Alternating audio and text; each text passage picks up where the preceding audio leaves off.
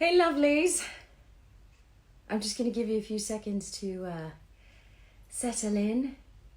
Hello, Lainey Christine, OUAT_18XO. Hayden, come on in. Happy midweek. How are you lovelies? It's me, Karen, and welcome to my 12th chat session of Tea with Karen. I hope this finds all of you and your families, your loved ones, your friends all safe and well, and continuing to fight the good fight. Probably one of the most important, if not the most important fight of all, fighting against racial inequality, especially for our Black brothers and sisters. Now, over the past few weeks, we have seen all of you, many of you from all over the world come together united and raising our voices and playing a fundamental role in instigating change.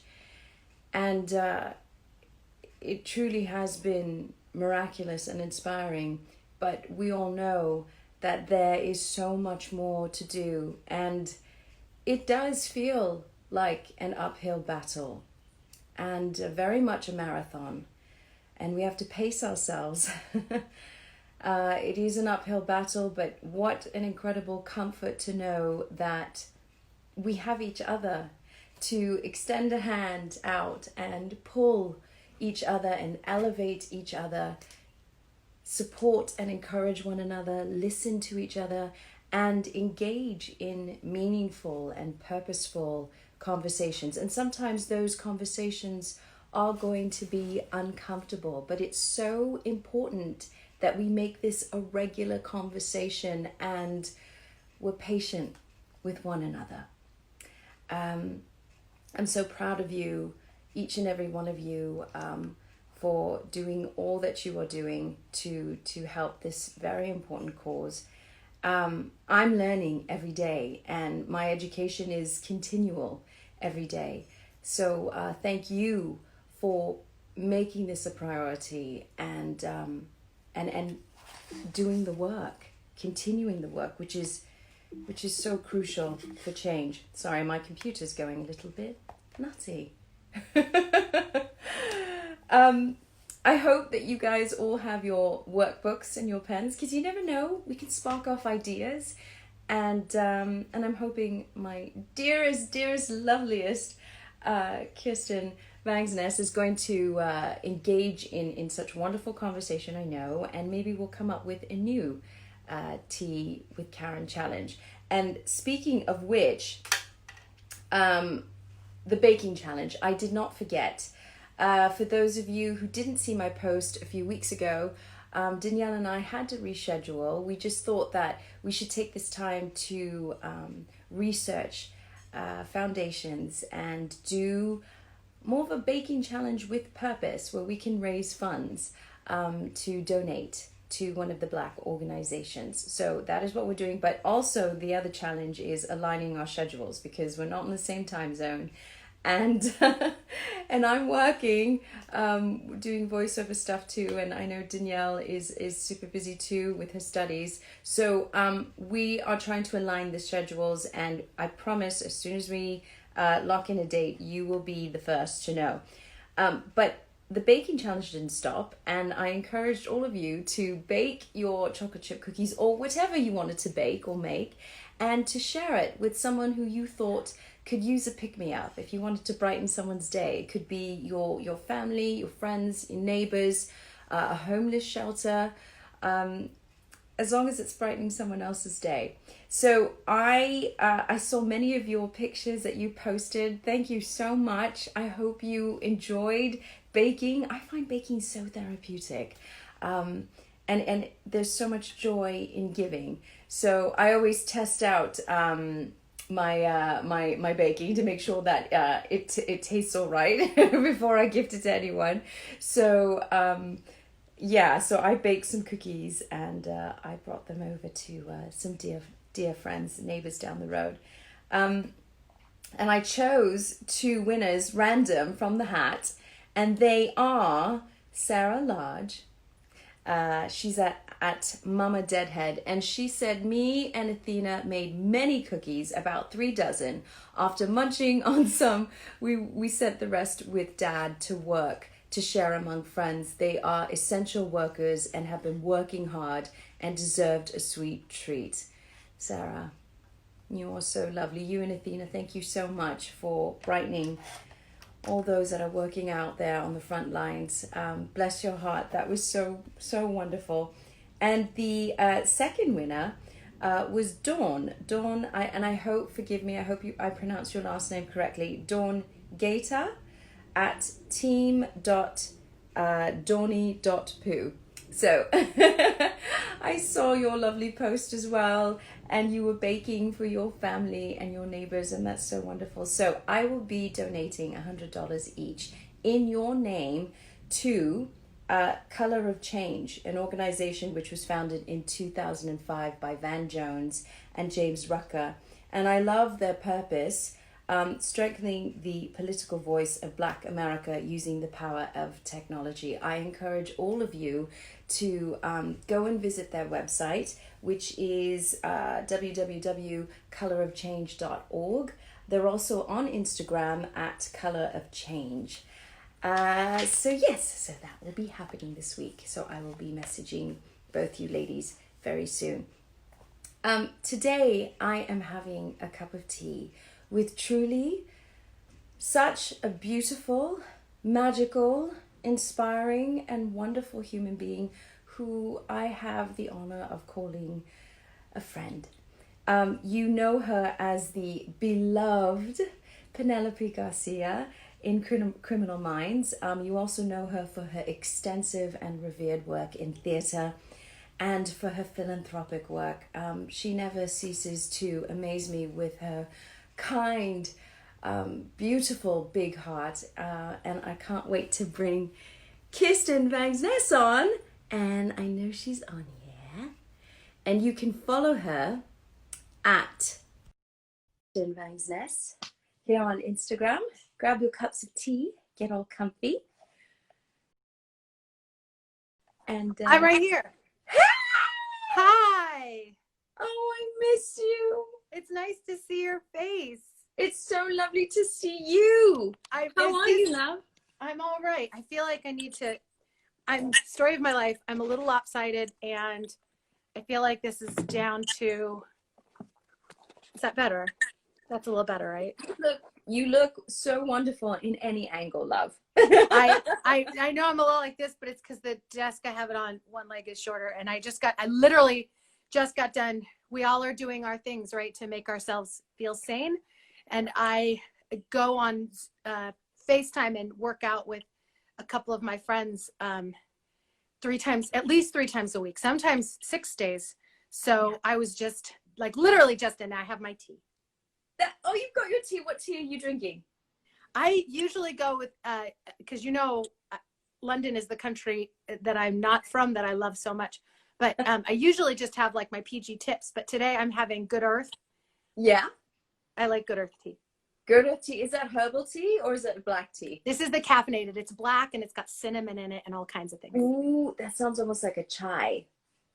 Kind of. It's missing the thing that makes it chai. It's just spicy. Yeah. And orangey. I like it very much. Anyway. Oh, that sounds yummy. I'm having Yorkshire Gold tea. I was missing my Yorkshire Gold, so I grabbed some Yorkshire Gold afternoon tea. So that's what I'm having. You're the Cheers, best. Cheers. And you, I parse out the tea you've got me so carefully because it's so delicious. Yeah. Trust me, y'all. You want to be friends with Karen because Karen will show up at your house with ice cream and chocolate, and then look. I didn't even plan this. This is unplanned. The last time you came over, which is, what was it, 2-3 weeks?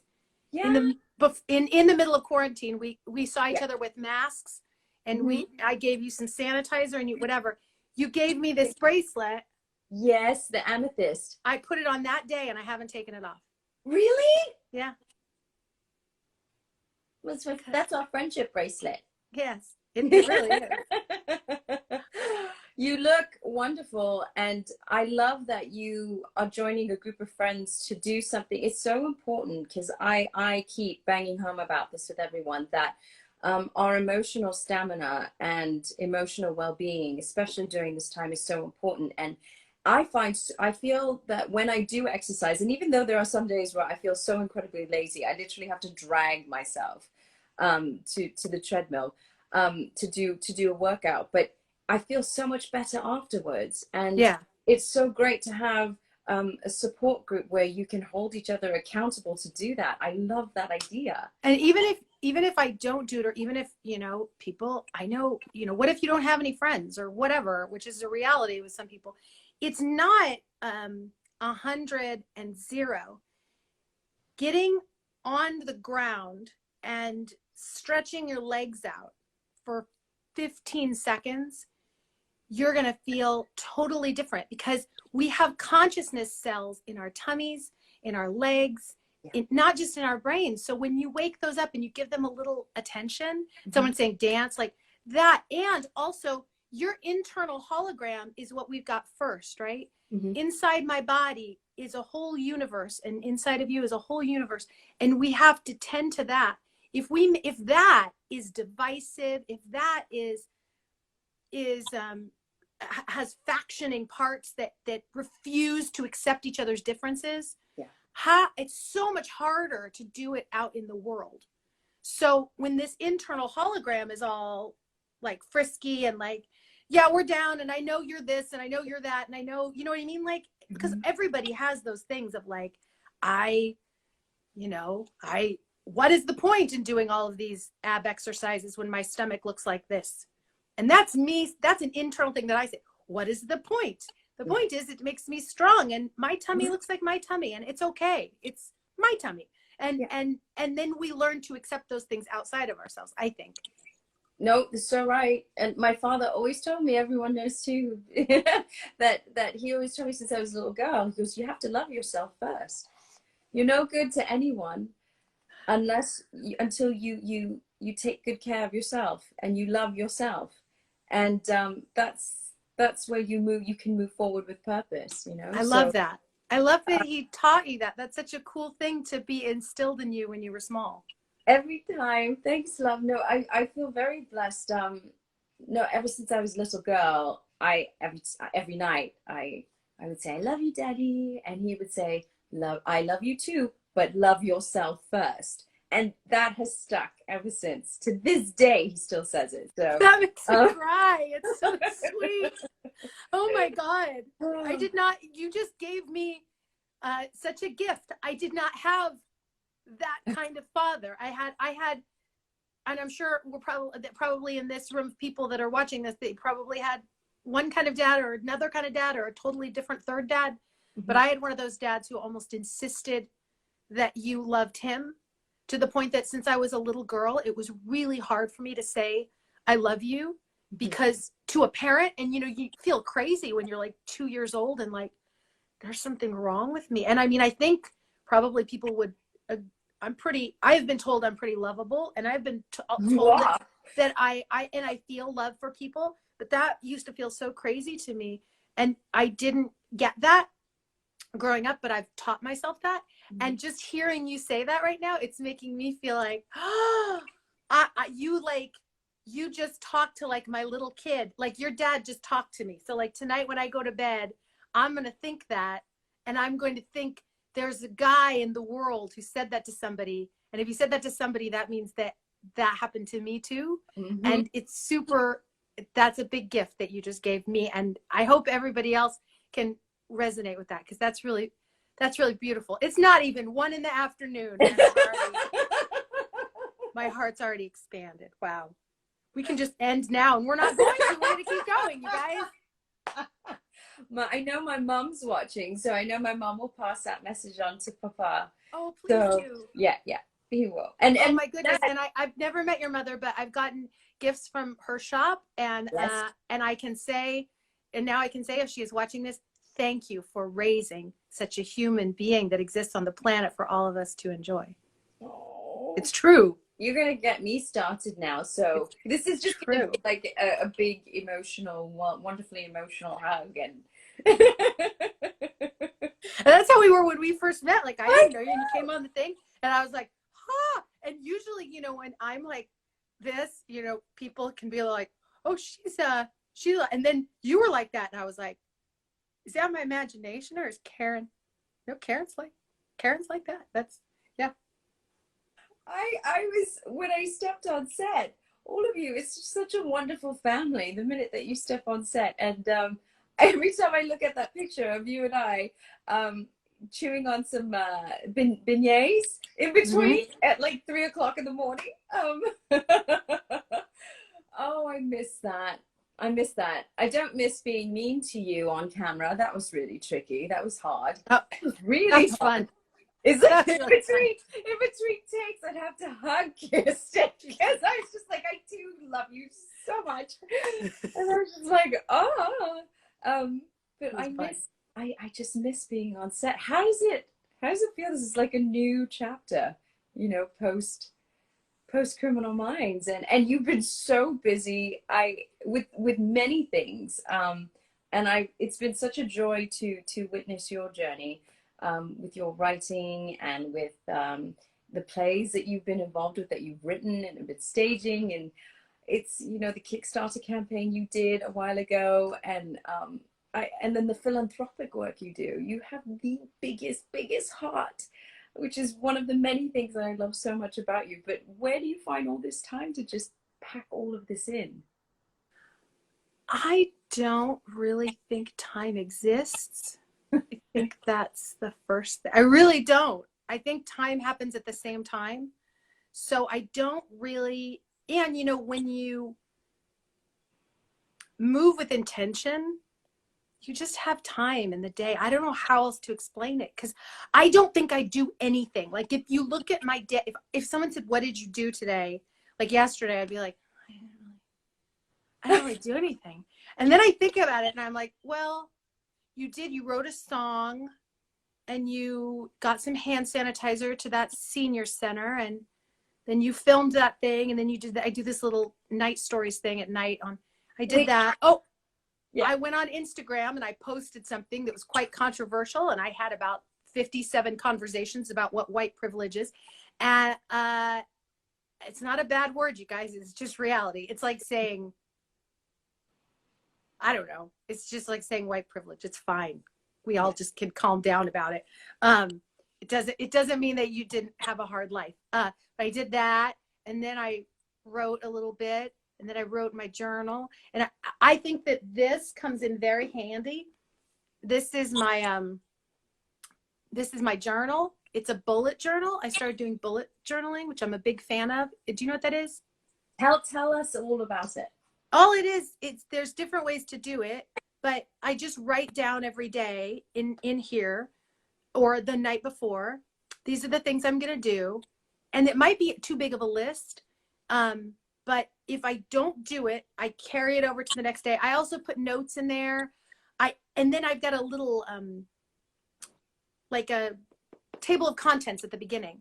So I put like, if I make a little list, like, oh, I'm going to have my birthday is on July 7th. And I want to have a like either like 7 of my friends, like socially distant party, or maybe I'll do, I have a friend, my friend Roxy, she's a drag queen. She's a Black trans woman who is a drag queen because she used to be a man and still does this drag queen bingo, but she's amazing at it. So I was going to do like a live, I'm not sure if I'm going to do like a live bingo thing with her or like whatever, but I have all these ideas, right? And then I made a list of who I want to invite. And then I write birthday list. And then in my index at the front, I write birthday list. So then when I'm going through it and I'm halfway through my journal, I'll be like, oh, wait, where's my birthday list? Oh, it's on page, and I find it.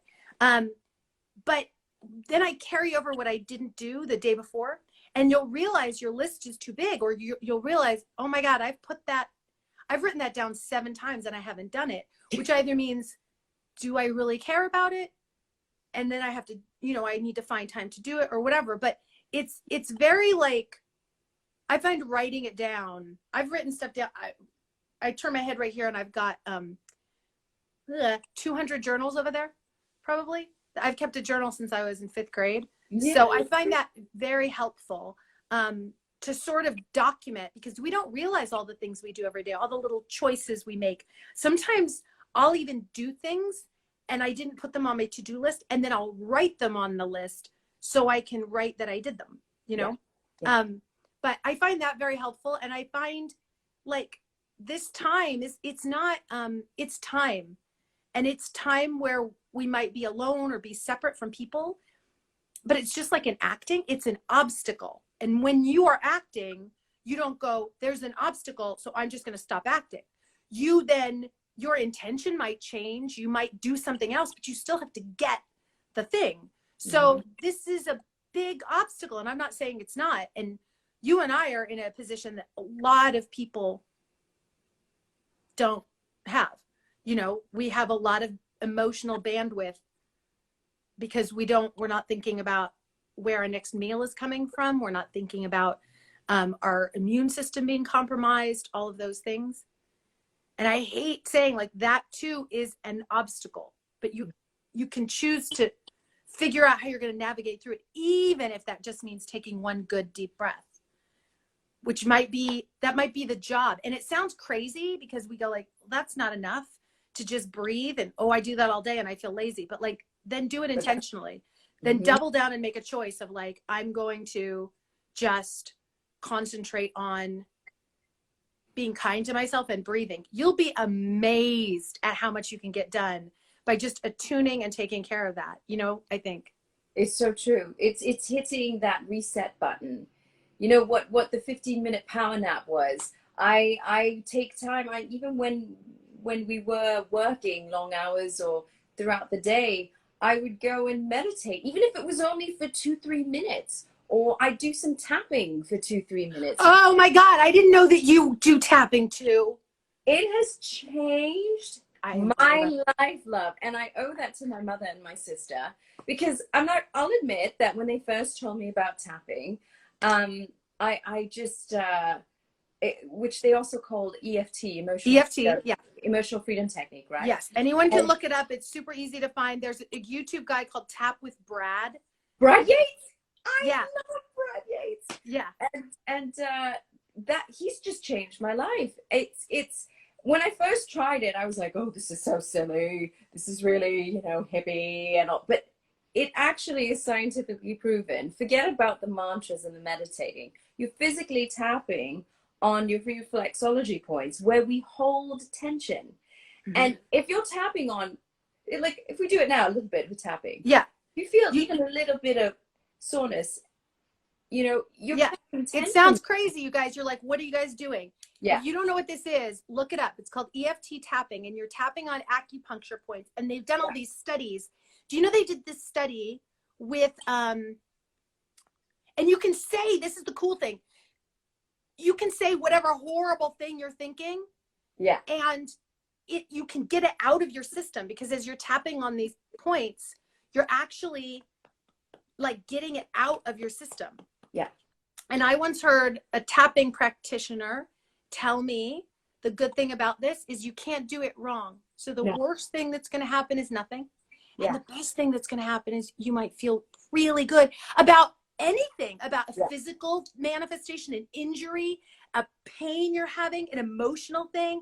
And it might not work initially or even just incrementally, but this woman I talked to, she said that imagine your issue, whatever it is. If you have repressed memories of something terrible that happened to you in childhood and you are having a hard time having sex because you have flashbacks all the time.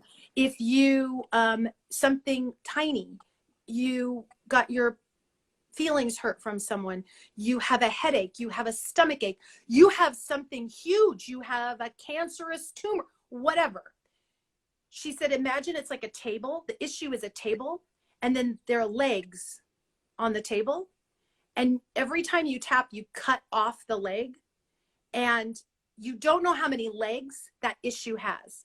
So every time you tap, it's like you're cutting off a table leg, and then eventually the table will fall. But tapping is like the best.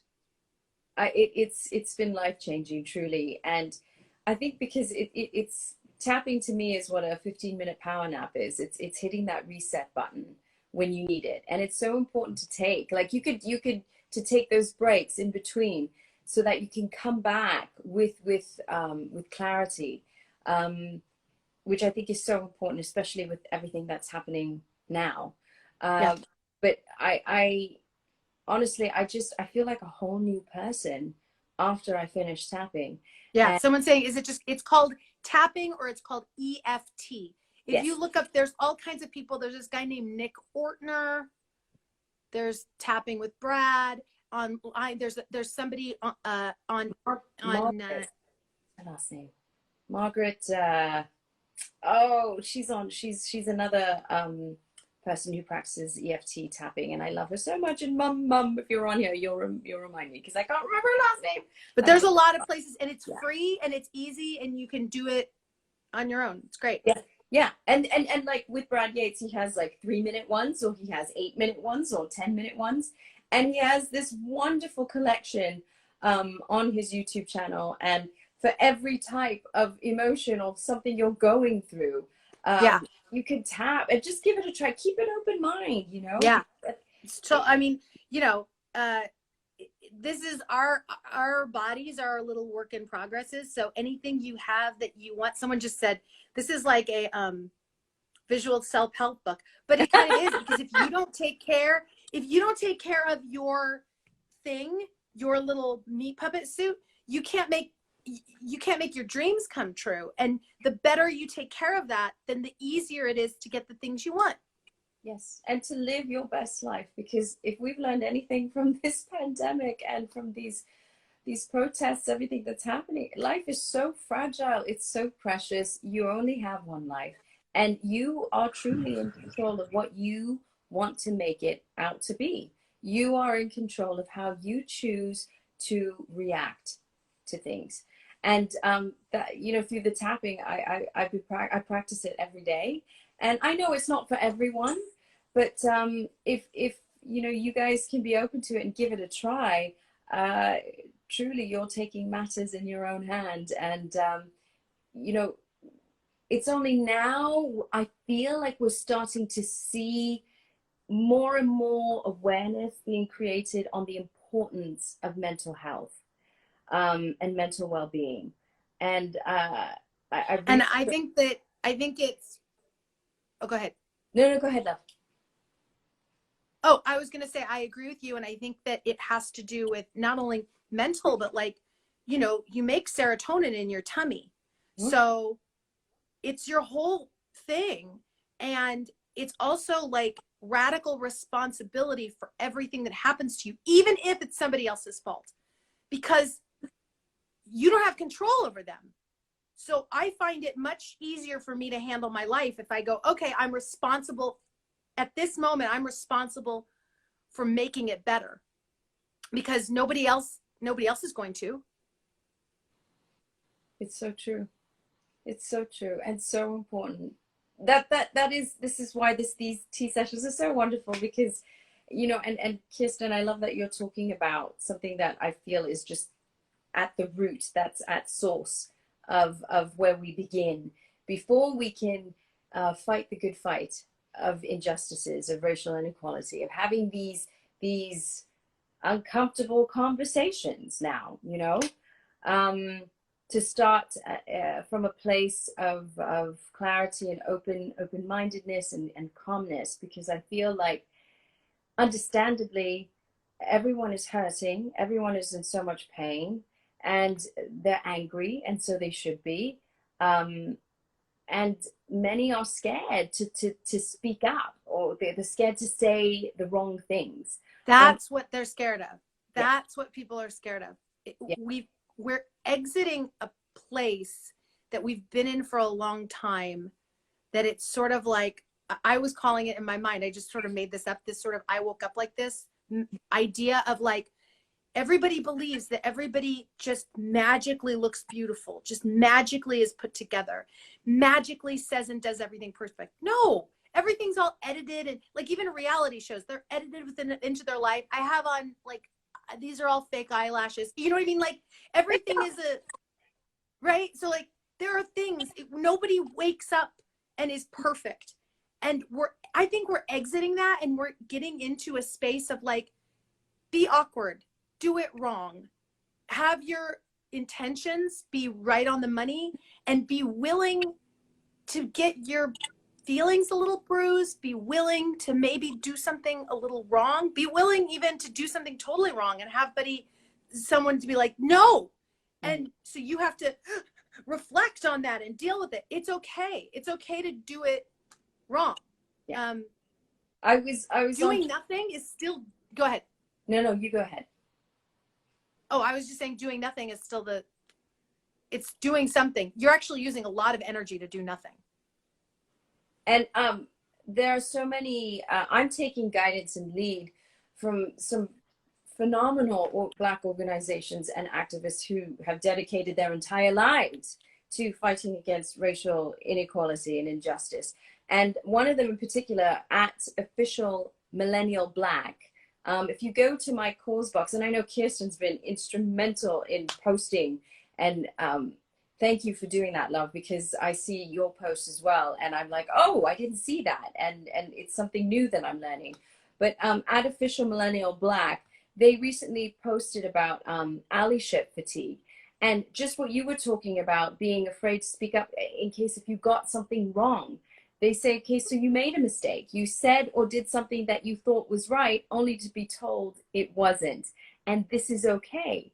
We all make mistakes. And they're saying the important thing is to acknowledge your mistake, apologize, and listen. Don't censor yourself. Just say sorry, mean it, learn from it, keep moving, and keep doing better. And I love that. That's all you ask of yourself, you know? Yeah, on Blackout Tuesday, or whatever, a week ago, I put the thing up, I put a little hashtag, and then the next day I was like, got it, I'm gonna do allyship and do all the things, I'm ready. And followed all the okay, got it, asked friends like that I am very close to, like, hey, check it, I'm gonna, so I saw this thing about how I've benefited from white supremacy. And it was like these questions. And I was like, oh, I was going to do that anyway. I want to think about this. I'm going to post what I learned, because I thought that might be, because a lot of white people follow me. And so I'm going to share my thing. That's what I can do. So I write on there, well, this is something I've noticed is, when I make a vision board, I can go to any magazine I want and find a picture of someone who looks just like me doing anything I could possibly think of. And that is a way that white privilege has benefited me. I have looked at children's books my whole life to sort of get through the day. When I was a kid, I could find anybody doing any kind of thing. Wasn't that hard.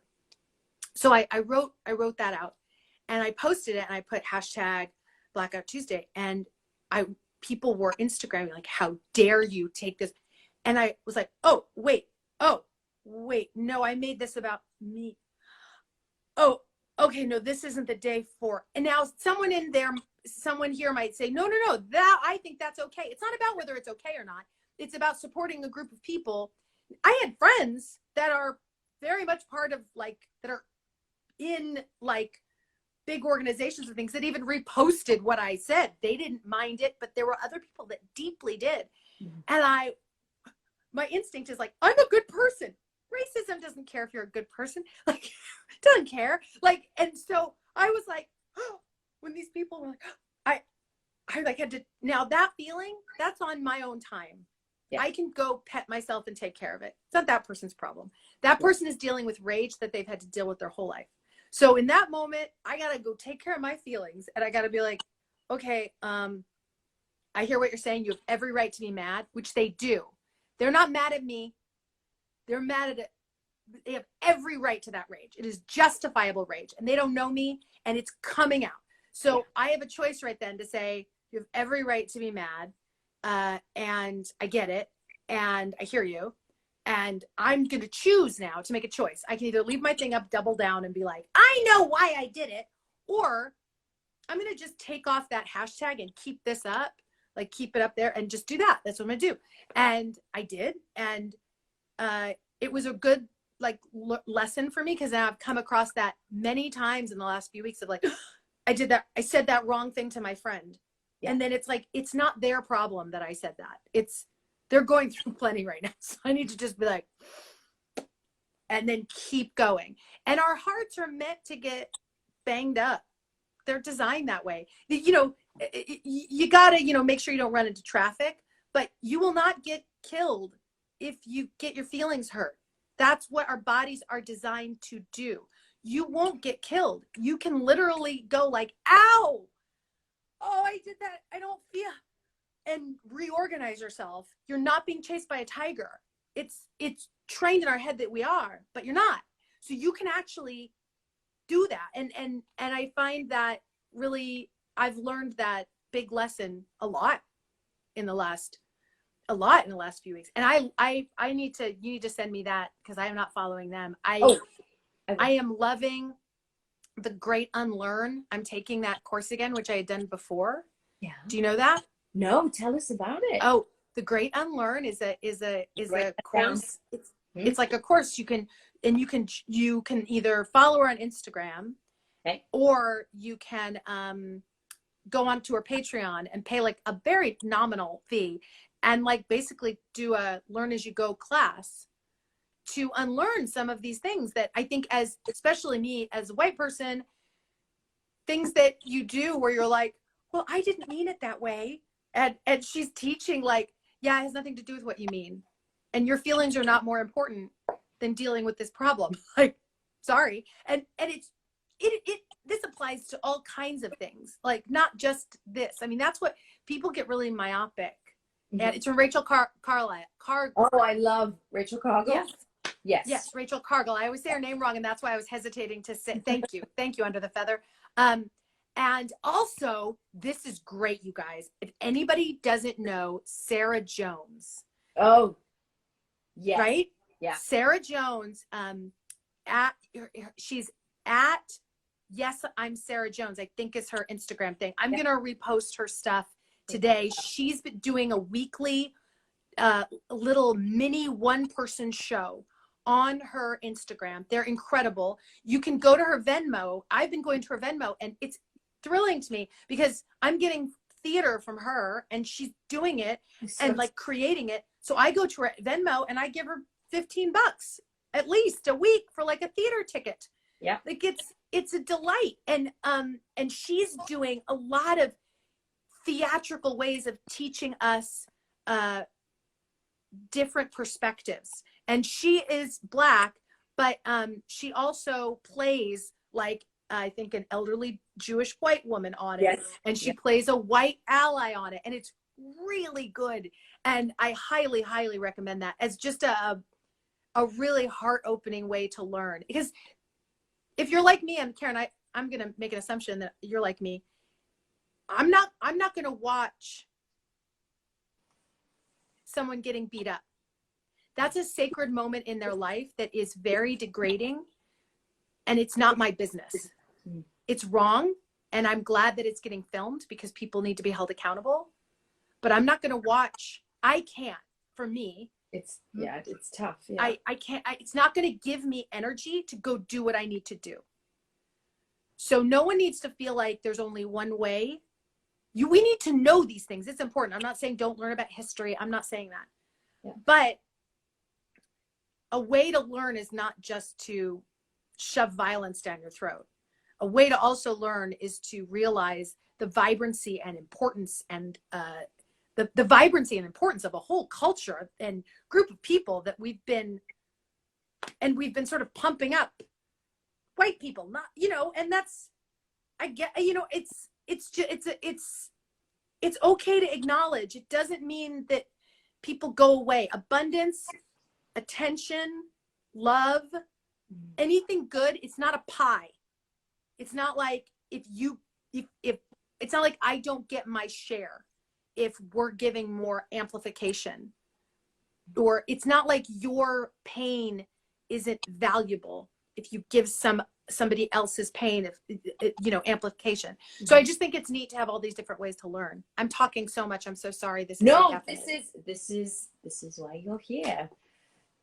And it's Sarah Jones. I came across, going back to her, I came across her on Jessica Yellen, who used to be, if those of you who want to watch news without the noise and talk about going right to the heart of the matter, bullet points, boom, boom, boom, boom, boom.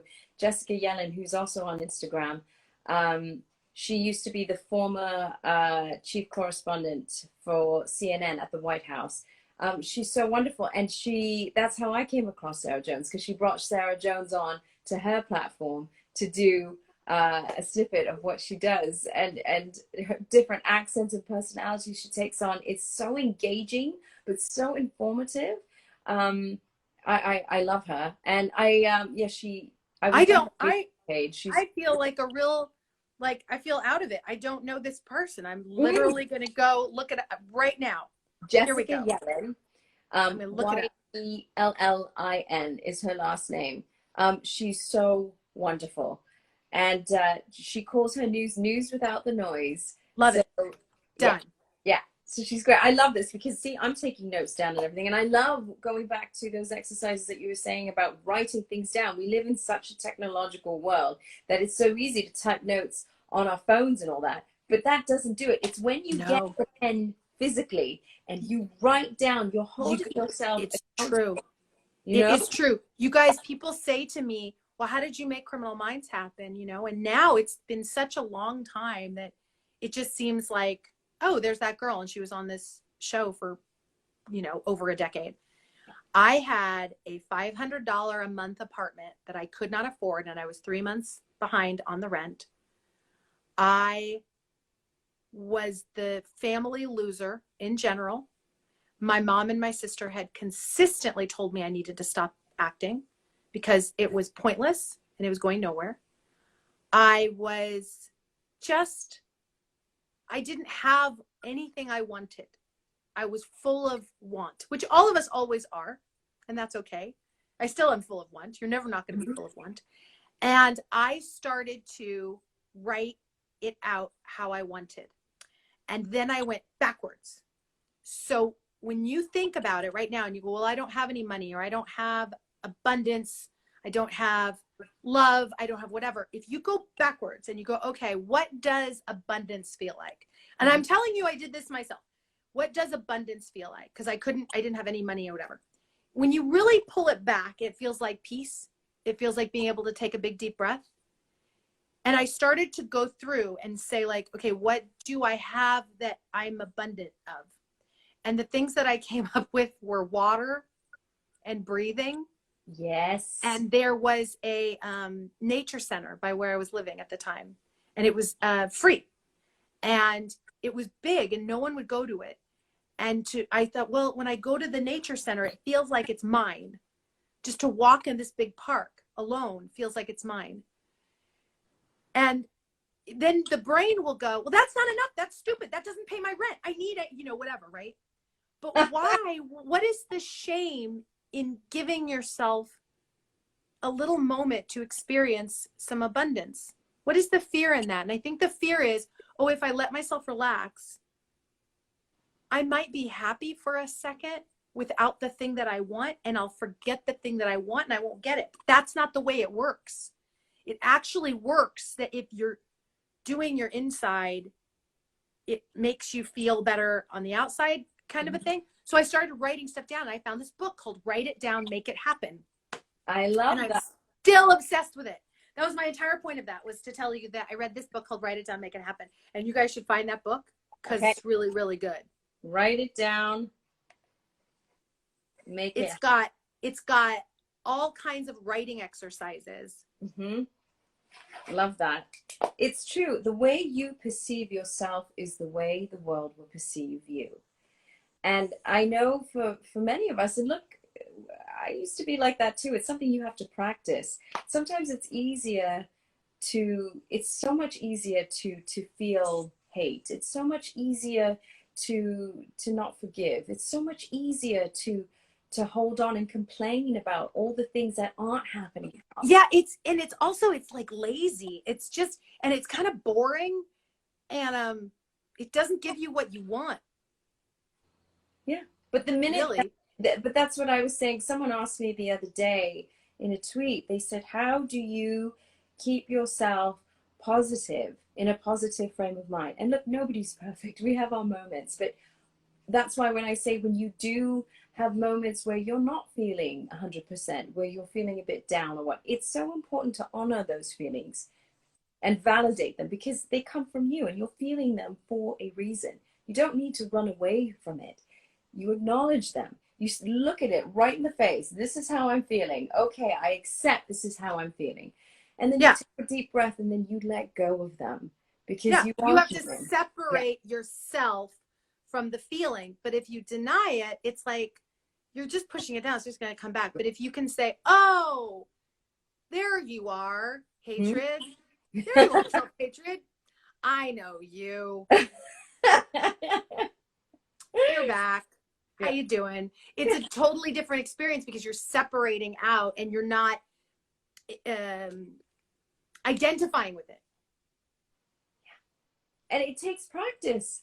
It's practice. It doesn't happen overnight, but it's something that you practice even for a few minutes every day. And that's bringing back empowerment and self-love back to yourself, you know. And it may feel uncomfortable at first, you know, to say nice things about yourself, or don't apologize for wanting great things for yourself. Everyone deserves their dreams, big or small, to come true. Everyone deserves the things that they want. You know? And I would argue that when you say, no, I don't deserve that, or I'm going to put up a battle, you actually are still giving yourself something you want, because you're getting off a little bit on keeping yourself down, because you're afraid of what's going to happen. Because when you do stretch out and you do get what you want, sometimes you do fail, and sometimes you don't get what you want, and it's very painful. If you just keep yourself down, you don't ever have to worry about that. So it's a survival skill that you've been very good at. So good on you. And that's okay. And if you choose to release some of that and let yourself kind of go after what you want, there's a great joy in even the process of going after what you want. That's the most important, the process of it. Yeah. Because everybody thinks it's when you get over there, and it's like, nah. Because when you get over there, the second you get over there, you're like, what's next? What's next? What? Yeah, that's exactly. I'm going to jump to some Q&As, because you have a lot of adoring fans who wanted to ask you some questions. Oh. So let me go to, there was a good, they're all so good. Okay. At Lily03, she says, first of all, happy Pride. Happy Pride to you too. Any advice for someone newly out of the closet, struggling to accept themselves? Oh, okay. Here's my advice. If you're new to it and you feel a little wonky, right, and uncomfortable, and you don't know what to do, you're exactly on course. Because if you're new to something, it would be really weird if you were like, I got this on lock, right? So that is beautiful. And we always need to honor when something is new and strange to us, because think about all the little movies where the little creature is little and sweet. And those are always the things that make our hearts swoon, right? Those are always, we want to cherish them and take care of it and be like, oh, look at you trying. That is where you're at with that. So that would be the first thing. I don't think anybody fully accepts themselves all the time. I think it feels really good when you do. I don't accept myself all the time. Especially that, like, it's one of those things that I think you're constantly in, you're gonna constantly reveal yourself to yourself all the time. And you take your pleasure when you feel it, and you take care of yourself when you don't feel it. That's the best thing, you know. And it's strange when you're learning about yourself. It's okay to feel uncomfortable, and that would be my advice. You're learning about yourself every day. Yeah. You know, and that's part of your life experience. I'm gonna be 48 in less than a month. 48, fabulous. Yeah, and I don't know anything. So if Many of us do, though, you know? Yeah. And I think that like it's, I mean, so I guess that's what I want to impart. There's this idea that like we get to a certain point and like, oh, you get it. Like, no, I don't get it. It's an And I also think that that's what keeps me. So like when I tell people, like anybody, like, oh, I'm turning 40, I think, what? I think that that's why though, is because I stay in a very learning kind of, I don't, whatever 48 is, I don't know. I guess I am, but I don't feel whatever that is, kind of a thing. So yeah. That, love that. I love that. I love that. At Philippa_Kipling98, she asks, what was your favorite episode to film on? Is the same answer I was giving. It was the episode we'd be filming. The show's too violent for me to watch. So I didn't watch a lot of them. I co-wrote 5 of them, and those you have to watch a bunch of times. But I loved doing it. I loved being with these people that I love so much as humans. I mean, you were around them all. They're amazing. It would be the episode I was filming. There was never a, this is my favorite. So many moments where I was just like, that speech at the series finale, if anyone's familiar with the show, where Garcia gives that speech and says, I just want to bottle this moment. I wrote that speech, and that's exactly how I felt so many times while filming, that I would look around the room, and I would do it. I would take like these emotional snapshots of like, yeah. Thank goodness for those wonderful moments too. We touch our hearts, and we just carry them with us throughout our journeys. And when we take them out and relive them again, it's like we're right back in there, you know? Yeah. That's what's so magical about what we do. Yeah. Well, that now brings me to the next, actually, this is a good question to follow up on this. At Miriana.Tupara, she says, what is your writing process like? Because we know that you have written for the show. Oh, yeah. Oh, Miriana, I see her name all the time on my things too.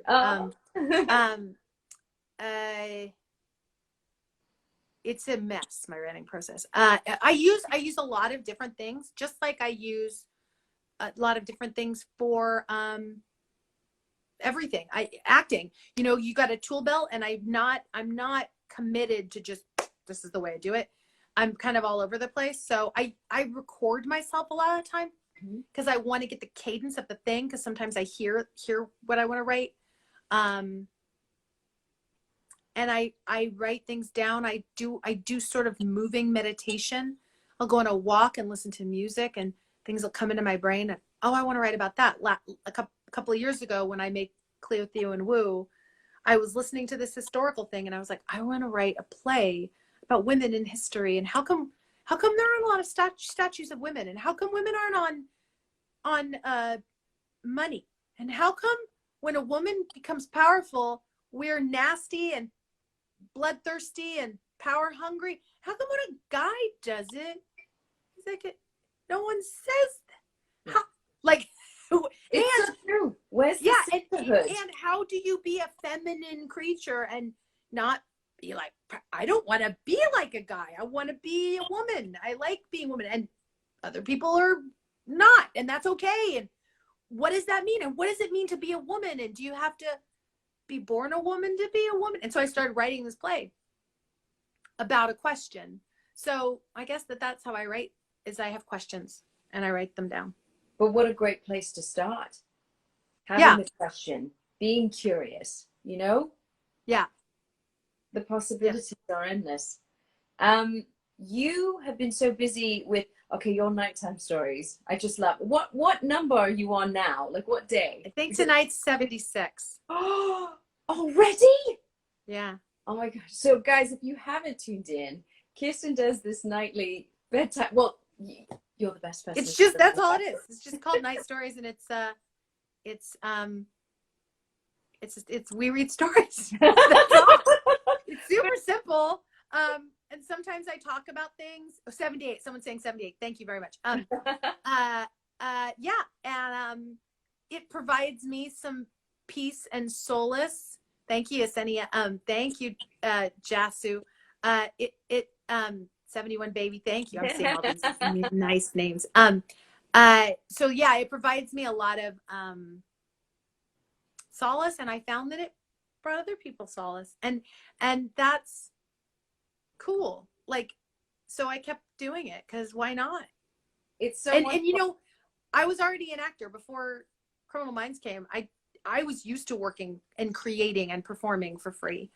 I don't do it for the money, and I don't do it even for the attention. Mm-hmm. I do it to make something and to connect with people and have that loop of, I just put something out there. Did you catch what I just said? What are you sending back to me? What's happened? Like that. That's why I do it. So I didn't know if it was actually going to work on Instagram, but it seems like it does. And it's just most nights, some nights a week, I read, and that's all. And we have a, I feel like we have this little group now. It feels like a little group, and sometimes people show up, and so it's nice. It's sweet. Connection is so powerful and can create a miraculous positive domino effect. And I love that you do these night stories. I feel like you can go to bed with a big smile on your face having a story read by Kirsten Vangsness. So if you guys haven't watched, you should definitely tune in. And Kirsten, you're also doing a YouTube show. Are you doing something new? Yes, I was doing this thing called Pie Chart at the beginning of quarantine, where I dressed up like Garcia and I sang songs and talked about things my therapist taught me. And I decided to make it into a weekly thing. It's going to be called Kirsten's Agenda. And it's a 10-minute little show. And I actually have like an editor, so it's going to be a little more, and I think it's coming out Thursday or Friday of this week is the first one, something like that.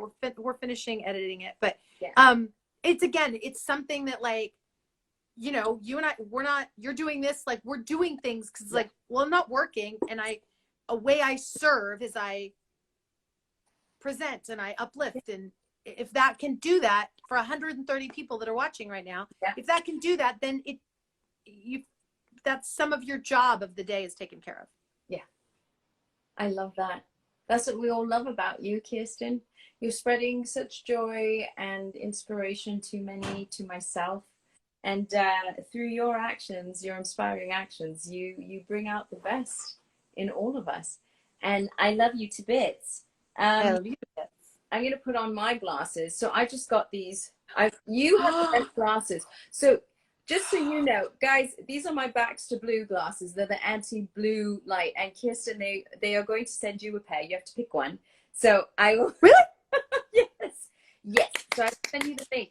But they have these beautiful, and I love it. It's like it's anti-blue light. So, because you know, all of us during quarantine, for those of us who are lucky enough to stay at home and quarantine, we're in front of the computer and the phones all the time, constantly. So that's not good for sleeping patterns and whatnot, and for the health of our eyes. So these are anti-blue light ones, but they've got a whole bunch. So Kirsten, they're going to send you some, and you have to pick. And also, we have to come up. So I was thinking, because I do a tea with Karen challenge. And as we're coming to the end of our hour, I just thought, what could we do as a challenge, you know, with our viewers that are watching now? And let's see, because Baxter Blue wants to gift some beautiful glasses to them too. So I love some of the ideas, and I purposely want to hear and wait till our conversation to see, because I love going back to your journal, your bullet points. Is that something that maybe we could do as a challenge, where this week, if you try it out for 1 week, right? Yeah, you can look it up online. There's a variety of easy directions. All you need is a blank book. Okay. Blank book. Blank, whatever kind of notebook. Yeah. And it's called a bullet journal. Okay. And I enjoy it a great deal. Bullet journal. And if we do it for a week, to try it out for a week, because I think everyone should, if you haven't done this. You just need a blank journal, and you can just start. Yeah, we'll do that. And I'll post details about it. It'll be the new challenge. And one of you guys will be winning a lovely pair And these are worth $100. They're really lovely, and they have all sorts. So yes, I'll send you links too, Kirsten. I've always wanted a pair of glasses with blue, you know, and everyone knows I have a bajillion glasses, but I don't have any that take care of blue light. That's exciting. Oh, yeah. So that's why I'm really excited. I just love, and about Baxter Blue, they donate for every pair of glasses sold. The name of that book, you guys, is Write It Down, Make It Happen. Yes. Someone just asked. It's called Write It Down, Make It Happen. And I will definitely post about everything we talked about afterwards. And Under the Feather, Charlotte's been doing that too. Thank you so much, Charlotte, as well. Baxter Blue, yes, they gift for every pair of glasses sold, they gift a pair of reading glasses. They partnered up with restoringvision.org, a not-for-profit organization to distribute reading glasses to people in need. I love that. I love it. But anyway, I love you. I love you. And thank you for this. Thank you for oh my gosh. so Anytime. If someone cancels on you last minute and you need a guest, will you call come on me. again? Oh, in a heartbeat. I feel like we could talk for hours and hours on end and have I know, I just want to talk to you. So any excuse to talk to you. I'll talk to you in front of people or not in front of people, whatever. You just let me know. Hey guys, Blinking Owl, Kirsten's amazing, wonderful distillery, are also doing sanitizers. Yeah. And delivering them to all those in need, which can I not love you even more? Are you guys back in stock? Because I know you were going out. Yeah, we actually are. If you go to blinkingowldistillery.com, and we're on Instagram too. It's hospital grade sanitizer. It's called Dirty Bird sanitizer, and it's a very cute logo. It says "Don't be a dirty bird." You have some. It works really good. It's straight up alcohol. Don't drink it. It's not drinkable. It works super good. We've gotten a few thousand bottles of it to Black Lives Matter marchers already. The last couple of weeks as they've been out protesting. We've gotten them into senior centers, hospitals. But you can also buy it. That's so wonderful. Thank you for all that you do. I love you loads. Come back and have tea with me again, please. Oh my gosh, my pleasure. Thank you everybody for hanging out with us. And I hope I do this thing where like after something's over, I'm like, what happens? Do I need to apologize about anything? It's a bad habit. But no, I kind of it's because you care. It's because you care, and we're in these sensitive times where we want to be listening. We want every voice is so important to be heard. So we're open, we're listening, and we're engaging. And I think that's the most important, right? I know. And you said, come on, and you're going to talk. But then also I'm like, but I talked so much. But then you No. Okay. We love. We want more. What's your mom's name, Karen? Jenny. Jenny? Jenny. Yeah, she's watching Jenny. now. Hi, Jenny. I love you because I love your daughter. So by knowing her, I love you. Well, careful because my parents are going to adopt you then. Okay. So bring it on. Okay. Oh, I'm ready. I'm so ready. Oh my God. That means I can get citizenship in England. I'm done. We're done. I'm ready. All right, sweetheart. Thank you so much for today. You're welcome. Thank you, everybody. Here I go. Bye. Bye.